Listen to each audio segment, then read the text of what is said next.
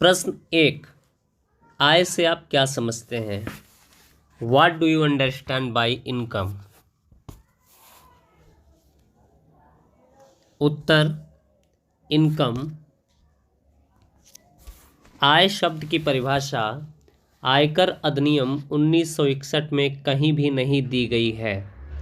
अधिनियम की धारा 2 उपधारा 24 केवल यह बताती है कि आय में क्या क्या शामिल किया जाता है। वैसे सामान्य अर्थों में आय से तात्पर्य किसी सुनिश्चित स्रोत से समय समय पर प्राप्त होने वाले धन या धन के मूल्य से लगाया जाता है।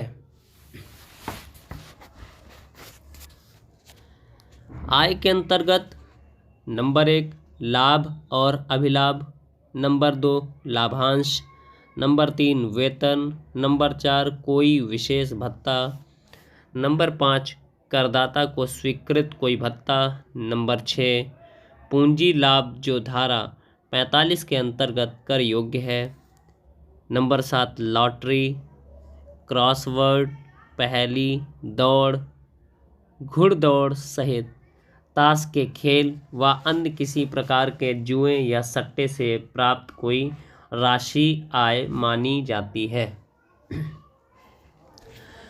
कहने का मतलब ये है कि ये जो प्रश्न है आय से आप क्या समझते हैं, तो आय शब्द की परिभाषा आयकर अधिनियम 1961 में कहीं भी नहीं दी गई है। मीन्स आय की जो परिभाषा है वो आयकर अधिनियम में नहीं दी गई है, किंतु ये बताया गया है कि आय के अंतर्गत कौन कौन से व्यवसाय हैं जिनके बारे में बताया गया है, वो जो आय के अंतर्गत आते हैं, जिन इनसे जो आप पैसा कमाएंगे, जो आय होगी उन पे आपको टैक्स देना होगा। वो आपको 7 प्रकार के यहाँ पे बताए गए। इसके बाद प्रश्न दूसरा देखेंगे हम लोग। प्रश्न दूसरा क्या कहता है? कर निर्धारण वर्ष से आप क्या समझते हैं? What do you understand bye assessment year? कर निर्धारण वर्ष। उत्तर, कर निर्धारण वर्ष आयकर अधिनियम 1961 की धारा 2(6) के अनुसार कर निर्धारण वर्ष से अभिप्राय ऐसे 12 महीने के समय से है जो प्रत्येक वर्ष 1 अप्रैल को प्रारंभ होता है। इस वर्ष को आयकर वर्ष की संज्ञा भी दी जाती है। इस प्रकार यह वर्ष वित्त वर्ष है जो कि 1 अप्रैल को प्रारंभ होता हो और आगे आने वाले 31 मार्च को समाप्त होता है। जैसे कर निर्धारण वर्ष 2012-13 यह वर्ष है जो कि 1 अप्रैल 2012 को शुरू होता है और 31 मार्च 2013 को समाप्त होता है। वह वित्त वर्ष जिसमें कि कर लगाया जाता है उसे कर निर्धारण वर्ष कहा जाता है। इस प्रश्न का मतलब ये है कि ये जो प्रश्न है कर निर्धारण वर्ष, तो कर निर्धारण वर्ष जो होता है इसमें 12 महीने होते हैं और ये स्टार्ट होता है, प्रारंभ होता है 1 अप्रैल से। 1 अप्रैल से स्टार्ट होगा, अप्रैल के बाद मई, जून, जुलाई, अगस्त, सितंबर, अक्टूबर, नवंबर, दिसंबर, जनवरी, फरवरी, मार्च। मार्च का जो 31 तारीख होगी तो 1 अप्रैल से लगा करके आने वाले मार्च की 31 तारीख तक ये वर्ष जो चलता है उसको बोलते हैं कर निर्धारण वर्ष, असेसमेंट ईयर। इसके बाद प्रश्न तीसरा देखेंगे हम। प्रश्न 3, गत वर्ष से आप क्या समझते हैं? What do you understand bye previous year? जो वर्ष बीत गया है उसकी बात कर रहे हैं। उत्तर, गत वर्ष आयकर अधिनियम 1961 की धारा 3 में गत वर्ष की परिभाषा दी हुई है। गत वर्ष से तात्पर्य कर निर्धारण वर्ष के ठीक पूर्व के वित्तीय वर्ष से है। वित्तीय वर्ष में स्थापित नए व्यापार अथवा पेशे अथवा उस वित्तीय वर्ष में अस्तित्व में आने वाले किसी आय के नए स्रोत के लिए गत वर्ष नए व्यापार या पेशा के स्थापित होने की तिथि अथवा नए स्रोत के अस्तित्व में आने की तिथि से प्रारंभ होकर उस वित्तीय वर्ष की समाप्ति की अवधि होगी। इसके बाद प्रश्न 4 देखेंगे। कंपनी को परिभाषित कीजिए। Define company. उत्तर, कंपनी आयकर अधिनियम 1961 की धारा 217 में दी गई है। आयकर अधिनियम में दो की उपधारा 17 में कंपनी को परिभाषित किया गया है कि आयकर अधिनियम 1961 की धारा 217 में दी गई परिभाषा के अनुसार कंपनी शब्द का अर्थ भारतीय कंपनी अधिनियम में दी गई कंपनी की परिभाषा से विस्तृत है। यहाँ कंपनी से निम्नलिखित अभिप्रेत है। क्या? नंबर 1, भारतीय कंपनी, अथवा नंबर 2, भारत के बाहर किसी देश में निगमित कोई कंपनी। नंबर 3, जिस पर कर निर्धारण किया गया हो, ऐसी कोई संस्था, निकाय या समाज। नंबर 4, कोई भारतीय या विदेशी संस्था, निकाय या समाज को निगमित हो या न हो तथा जिसे बोर्ड के द्वारा साधारण या विशेष आदेश से कंपनी के रूप में घोषित किया गया हो। भारतीय कंपनी की परिभाषा धारा 226 में दी गई है। इस धारा में उपबंधित है कि भारतीय कंपनी से एक ऐसी कंपनी अभिप्रेत है जो कि भारतीय कंपनी अधिनियम 1956 के अधीन गठित और पंजीकृत की गई है। इसके बाद प्रश्न 5 देखेंगे। कर निर्धारण अधिकारी से आप क्या समझते हैं? What do you understand by assessing officer? उत्तर देखेंगे। कर निर्धारण अधिकारी आयकर अधिनियम की धारा 2 के अंतर्गत एक नवीन उपधारा 7 क प्रत्यक्ष विधियां संशोधन अधिनियम 1987 द्वारा 1 अप्रैल 1988 से जोड़ी गई है। इसके अनुसार कर निर्धारण अधिकारी से तात्पर्य ऐसे सहायक आयुक्त या उपायुक्त या सहायक निदेशक या उपनिदेशक या आयकर अधिकारी से है जिसे धारा 120 की उपधारा 1 या 2 के अंतर्गत पारित आदेश या निर्देश द्वारा सुसंगत क्षेत्राधिकार दिया गया है। कर निर्धारण अधिकारी के अंतर्गत ऐसा अतिरिक्त आयुक्त या अतिरिक्त निदेशक, संयुक्त आयुक्त अथवा संयुक्त निदेशक सम्मिलित है जिसे इस अधिनियम में कर निर्धारण अधिकारी को दिए गए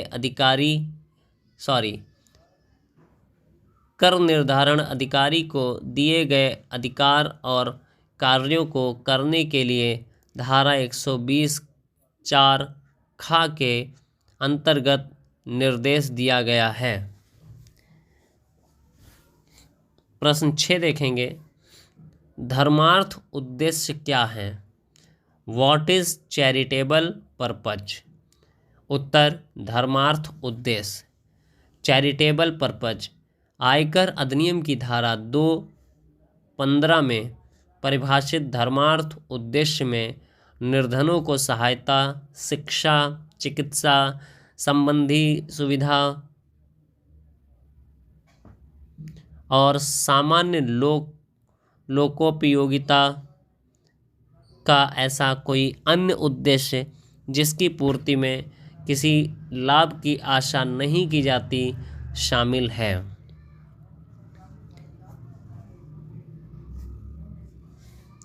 प्रश्न 7 देखेंगे, क्या जंगलों से होने वाली आय कर योग्य है? स्पष्ट करें।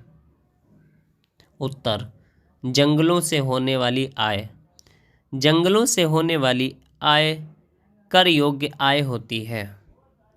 राजा मुस्तफ़ा अली खां बनाम CIT 1948-16 ITR 330 में प्रतिपादित किया गया है कि वनों या जंगलों और अपने आप पैदा होने वाली फसलों से जिसके लिए कौशल और श्रम की अपेक्षा नहीं की जाती होने वाली आय कृषि आय नहीं है और इसलिए उस पर आयकर अधिनियम के उपबंधों के अंतर्गत कर लगाया जा सकता है।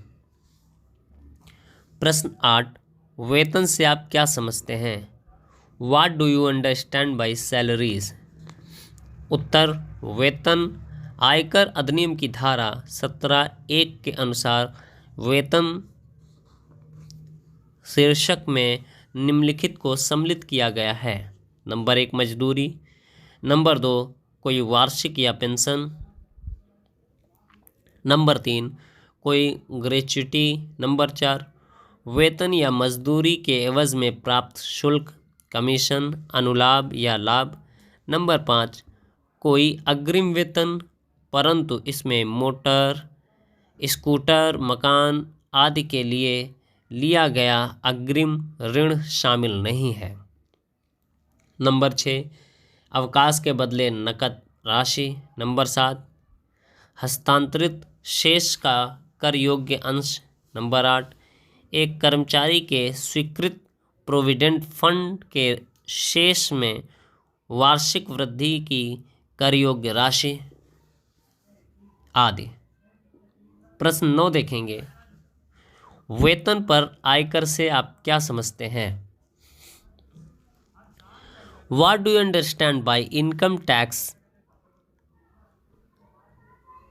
On salaries? उत्तर, आयकर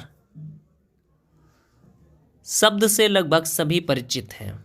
यह एक प्रकार का प्रत्यक्ष कर होता है जो करदाता को अपनी आय के संदर्भ में शासन को देना होता है। यह व्यक्ति की संपूर्ण वार्षिक आय पर देय होता है। वेतन प्राप्त करने वाले कर्मचारियों को यह सुनिश्चित कर लेना चाहिए कि वे आयकर की परिधि में आते हैं या नहीं। प्रत्येक वर्ष फरवरी माह में केंद्र एवं राज्य कर्मचारियों को आयकर का ब्यौरा अपने जनपद के लेखाधिकारी को देना होता है।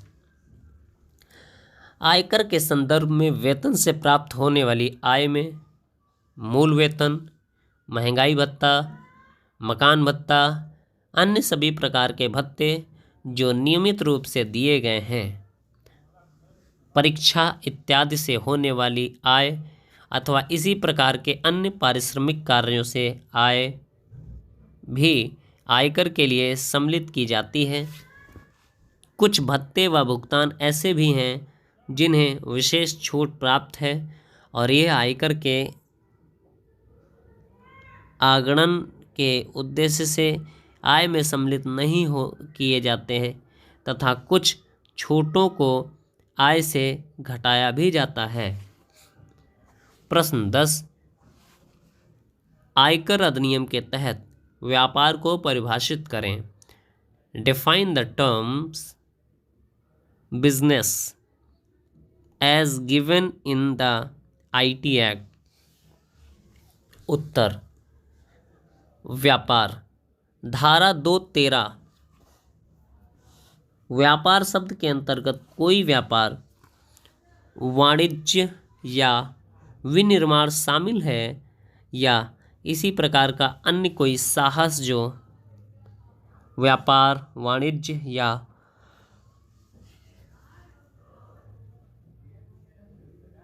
विनिर्माण प्रकृति का हो शामिल माना जाता है। इंद्रमणि बाई बनाम CIT एडिशनल 1993, 200 ITR 594 SC के वाद में 2 महिलाओं ने भूमि क्रय किया और उस पर कुछ मकान बनवाकर व्यक्तिगत रूप से विक्रय किया। इस समव्यवहार को व्यापार के प्रकृति का साहस माना गया। व्यापार शब्द बहुत ही व्यापक और अनिश्चित अर्थ का बोध कराता है और कुछ ऐसी बातों को आभाषित करता है जो कि ऐसे व्यक्ति का ध्यान और परिश्रम आकर्षित करता है जिसका कि प्रयोजन लाभ प्राप्त करना है। इनसे एक निरंतरित और क्रमबद्ध रूप में एक धंधे या व्यवसाय का संचालित करना आभाषित होता है जिसका कि उद्देश्य आय या लाभ प्राप्त करना होता है।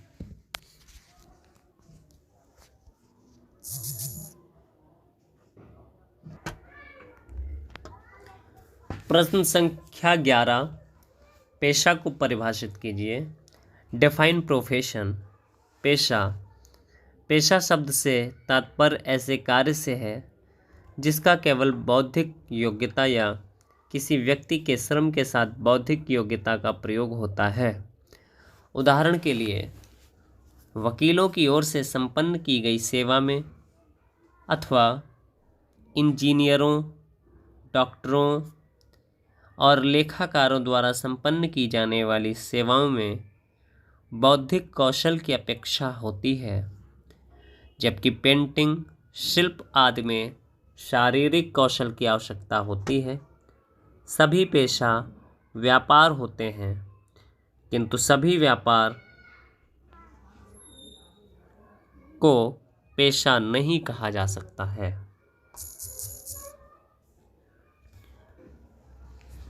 प्रश्न संख्या 12, व्यवसाय को परिभाषित कीजिए।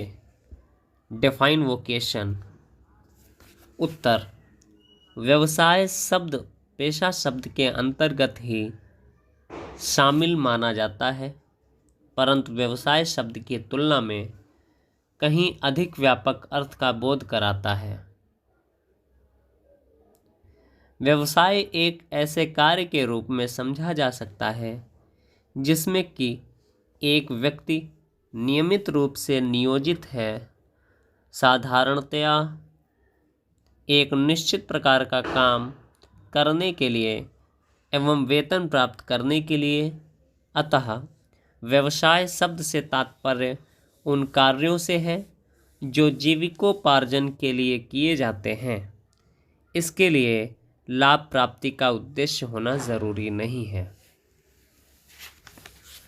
प्रश्न संख्या 13, अविलियित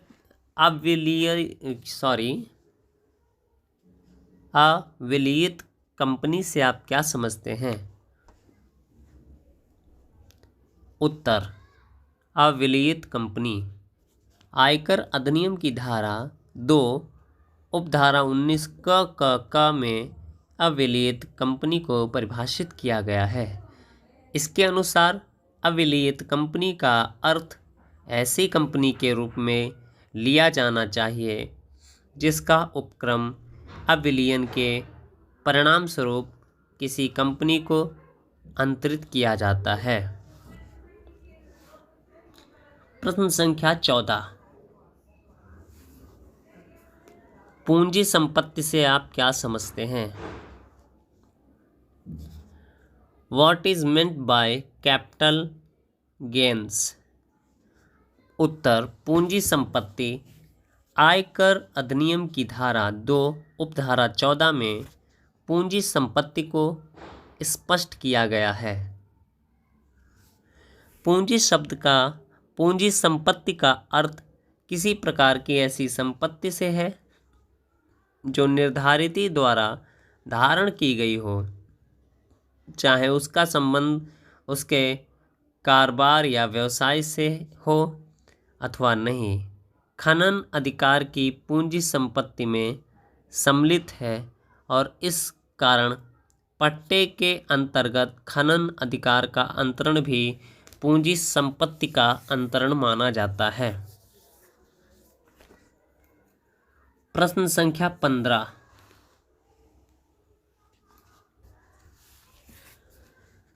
संतुलित प्रभार से आप क्या समझते हैं? उत्तर: संतुलित प्रभार को कर योग्य लाभ के नाम से भी जाना जाता है। अधिनियम की धारा 42 उपधारा 2 के अनुसार गत वर्ष में यदि कोई कारोबार में प्रयोग होने वाली इमारत, मशीनें, संयंत्र या फर्नीचर नष्ट हो जाए, काम में प्रयोग होने के योग्य न रह जाए, तो उसे बेच देने पर प्राप्त बिक्री की रकम बीमा कंपनी से मिली हुई रकम का योग उसके अपलिखित मूल्य से अधिक हो तो उस आधिक्य का उतना भाग जो हास के बराबर हो उस वर्ष का जबकि धन प्राप्त हुआ है लाभ माना जाएगा। इस प्रकार योग्य लाभ को ही संतुलित चार्ज या कर योग्य लाभ कहा जाता है। प्रश्न संख्या 16। दोहरे करारोपण से आप क्या समझते हैं? What do you understand by double taxation relief? उत्तर: दोहरे करारोपण पद से तात्पर्य है किसी आय पर एक से अधिक देशों में कर लगाया जाना। किसी करदाता की किसी विशेष आय पर भारत में करारोपण किया जा सकता है तथा साथ ही साथ अन्य किसी देश में भी करारोपण किया जा सकता है। ऐसी स्थिति मुख्यतः करारोपण के दो मौलिक भिन्न आधारों के कारण उत्पन्न होती है। नंबर 1, एक देश करदाता की आय की उत्पत्ति के आधार पर कर लगा सकता है तथा जबकि दूसरा देश अधिवास के आधार पर कर निर्धारण कर सकता है। प्रश्न संख्या 17। समामेलन पर एक संक्षिप्त टिप्पणी लिखिए। उत्तर: समामेलन। समामेलन से तात्पर्य एक या एक से अधिक कंपनियों का मिल जाना या एक कंपनी का दूसरी कंपनी में विलीनीकरण हो जाना। वह कंपनी या कंपनियां जो इस प्रकार से आपस में मिल जाती हैं समामेलनकारी कंपनियां कहलाती हैं और जिस कंपनी में वे अपना विलीनीकरण करती हैं उसे समामेलित कंपनी का नाम दिया जाता है। समामेलित कंपनी को समामेलकारी कंपनी की समस्त संपत्ति एवं समस्त दायित्व को अपनाना पड़ता है। प्रश्न संख्या 18। अनुलाभ से आप क्या समझते हैं? उत्तर: अनुलाभ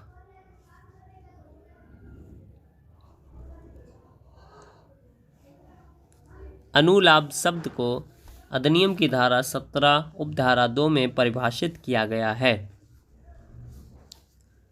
साधारणतया अनुलाभ शब्द से तात्पर्य किसी आकस्मिक भुगतान फीस अथवा लाभ से है जो वेतन के अतिरिक्त किसी पद से लगे होते हैं।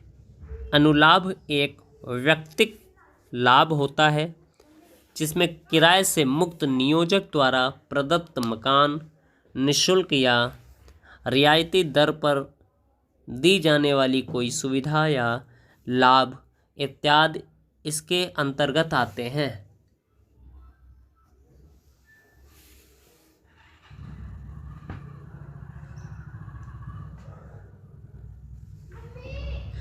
प्रश्न संख्या 19। हास से आप क्या समझते हैं? उत्तर, हास। आयकर अधिनियम 1961 में हास शब्द को परिभाषित नहीं किया गया है। सामान्यतः हास शब्द से तात्पर्य कमी या गिरावट से लगाया जाता है। व्यापारिक नज़रिए से हास से तात्पर्य कम संपत्ति के व्यापार में प्रयोग के कारण उसकी टूट फूट, क्षय आदि होने से, उसके मूल्य में कमी होने या गिरावट आ जाने से है। किसी करदाता के लिए हास तभी स्वीकृत किया जाएगा जबकि करदाता संपत्ति का स्वामी हो, संपत्ति का प्रयोग व्यापार या पेशे के लिए करता हो तथा संपत्ति का प्रयोग गत वर्ष में होना चाहिए। संपत्ति के वास्तविक लागत पर हास स्वीकृत किया जाता है। प्रश्न संख्या 20। कृषि आय से आपका क्या तात्पर्य है? What do you mean by agricultural income? उत्तर, कृषि आय। भारत एक कृषि प्रधान देश होने के कारण भारतीय संविधान में संसद को कृषि आय पर कर लगाने के लिए अधिकृत नहीं किया गया है। कृषि आय को आयकर अधिनियम की धारा 10(1) के अंतर्गत आयकर से मुक्त रखा गया है, परंतु कर निर्धारण वर्ष 1974 से 1975 से कृषि आय को अन्य आय पर लागू होने वाले कर की दर से निर्धारण हेतु कुल आय में शामिल किया जाता है। प्रश्न संख्या 21। आकस्मिक आय से आपका क्या तात्पर्य है? What do you mean by casual income? आकस्मिक आय। आकस्मिक आय का पर्यायवाची शब्द गैर आवर्ती आय होता है। यह वह आय होती है जो किसी गणना न किए जाने योग्य गैर आवर्ती आय।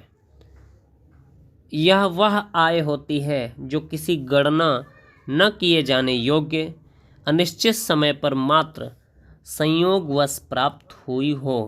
अतः आकस्मिक आय गैर पूर्वानुमानित, कभी कभार प्राप्त एवं बिना किसी समझौते के संयोग मात्र से प्राप्त होने वाली आय होती है। लॉटरी, वर्ग पहेलियों, ताश के खेलों तथा जुए अथवा शर्त लगाए जाने जैसी किसी भी रूप में अन्य खेलों से प्राप्त की गई आय को आकस्मिक आय कहा जाता है। पुनः कर निर्धारण से आपका क्या तात्पर्य है? What do you mean by reassessment? उत्तर, पुनः कर निर्धारण।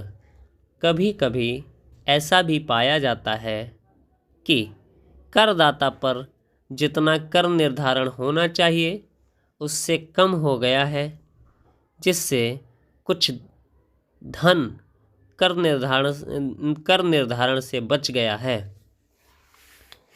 ऐसी दशा में धन कर विधि की धारा 17 लागू होती है, जिसके अनुसार यदि कर निर्धारण अधिकारी के पास ऐसा विश्वास करने का कारण है कि किसी कर निर्धारण वर्ष के संबंध में कुछ कर योग्य शुद्ध धन कर निर्धारण से छूट गया है, तो वह ऐसे शुद्ध धन का निर्धारण या पुनः निर्धारण कर सकता है।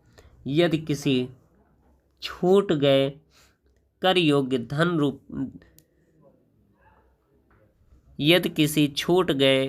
योग्य शुद्ध धन के संबंध में कर निर्धारण की कार्यवाही प्रारंभ कर दी जाती है और इस कार्यवाही के दौरान कर निर्धारण अधिकारी को किसी अन्य छूटे हुए कराधेय शुद्ध धन की सूचना मिलती है, तो ऐसे शुद्ध धन को भी वह इस कर निर्धारण के अंतर्गत सम्मिलित कर सकता है। इस धारा के अंतर्गत नोटिस जारी करने के पूर्व कर निर्धारण अधिकारी ऐसे नोटिस जारी करने के कारणों को अभिलिखित करेगा। अतः कर निर्धारण अधिकारी ऐसे शुद्ध धन को जो कराधेय है और कर निर्धारण से छूट गया है, कर निर्धारण या पुनः कर निर्धारण कर सकता है।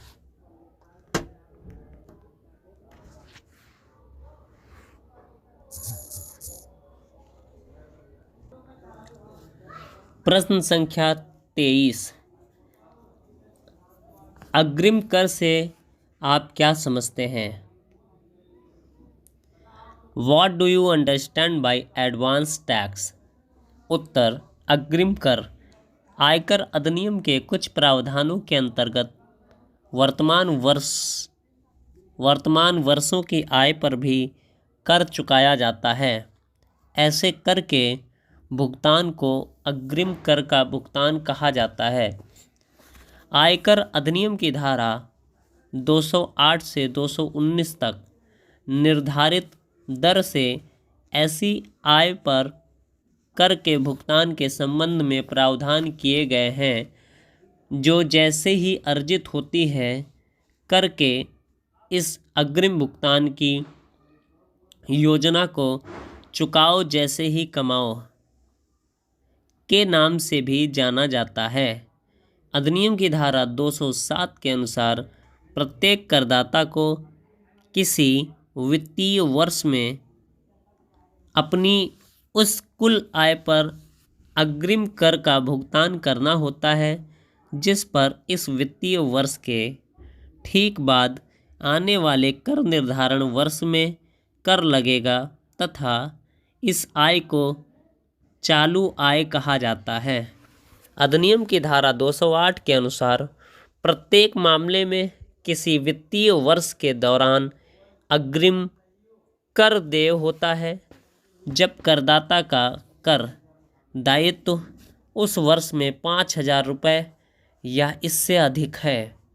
दूसरे शब्दों में, यदि किसी करदाता का किसी वित्तीय वर्ष के दौरान कर दायित्व 5,000 रुपये से कम है तो वह अग्रिम कर के भुगतान के लिए दायी नहीं है। आयकर अधिनियम के अंतर्गत प्रत्येक आय जिसमें पूंजी, लाभों, लॉटरी की जीत, वर्ग पहली, प्रतियोगिता आदि की जीत से आय भी सम्मिलित है, पर अग्रिम कर का भुगतान किया जाता है। करदाता का कर दायित्व आयकर प्रावधानों के अनुसार किया जाता है। प्रश्न संख्या 24।